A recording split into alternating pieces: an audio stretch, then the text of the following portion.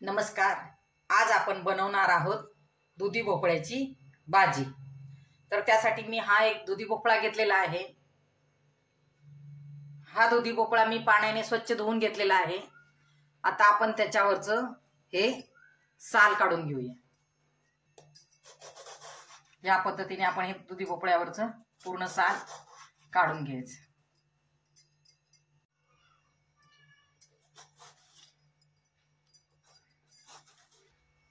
आपण दुधी भोपळ्यावरचं हे पूर्ण साल काढून घेतलेलं आहे. आता आपण त्याचे बारीक तुकडे करून घेऊया. तर या भोपळ्याचे आता आपण बारीक तुकडे करून घेऊया.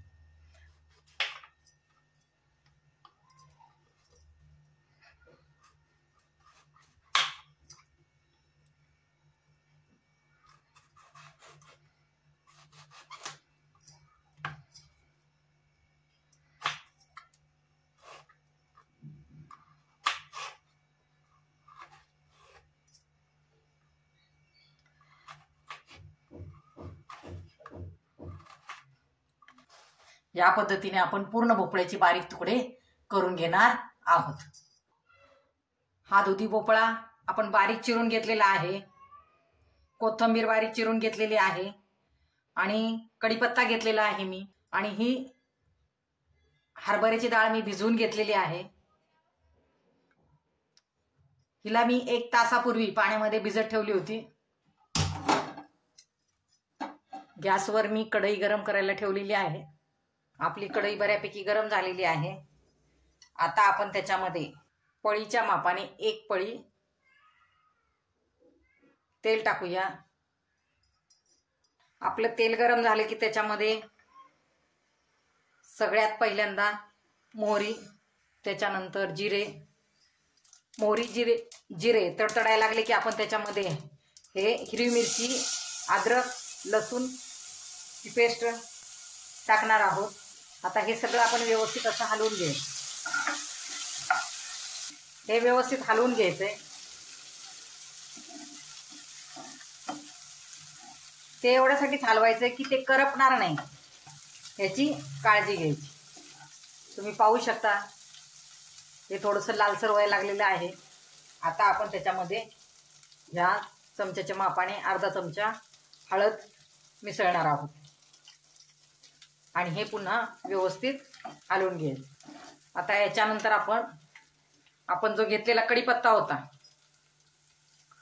तो याच्यामध्ये टाकायचा.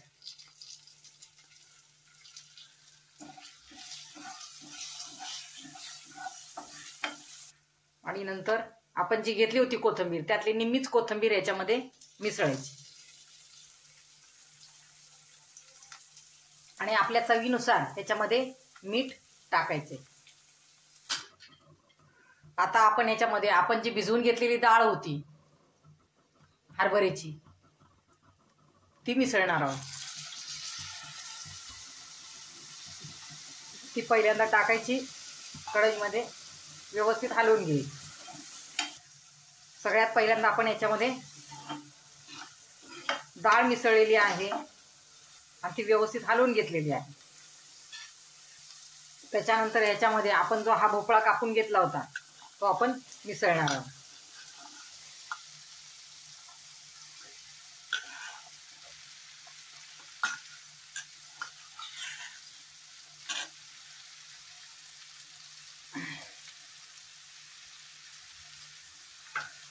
आणि हे व्यवस्थित हलवून घ्यायचं.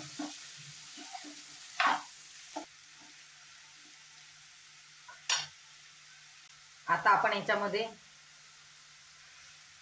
2 चमचे शेंगदाण्याचं कूट मिसळणार आहोत. आपल्याला याची सुकी भाजी करायची म्हणून मी काही शेंगदाण्याचं कूट ह्याच्यामध्ये जास्त टाकलं नाही. आता ही भाजी आपण व्यवस्थित मिसळून घेतलेली आहे. गॅसची फ्लेम जी आहे ती कमी करायची आणि आपण याला असं झाकून ठेवायचं. ह्याच्यामध्ये आपण 1 थेंबही पाणी वापरलेलं नाही, कारण भोपळ्यालाही भरपूर पाणी सुटतं आणि आपल्याला भोपळ्याची सुकी भाजी करायची. त्याच्यामध्ये मी 1 थेंबही पाणी टाकलेलं नाही. आता आपण या भोपळ्याला 5 ते 7 मिनिटं असंच वाफेवर शिजून देणार आहोत. 5 ते 7 मिनिटं झालेली आहेत.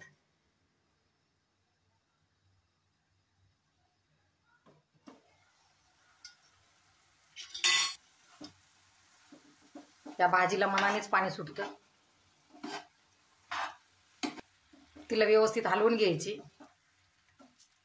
आणि पुन्हा परत 5 मिनिटासाठी तिला झाकून ठेवायची. 5 मिनिटं तिला चांगली वाफेवर शिजू द्यायची. 5 मिनिटं झालेली आहेत. एकदा चेक करू आपण. पहा, भोपळ्याच्या भाजीला किती पाणी सुटलंय.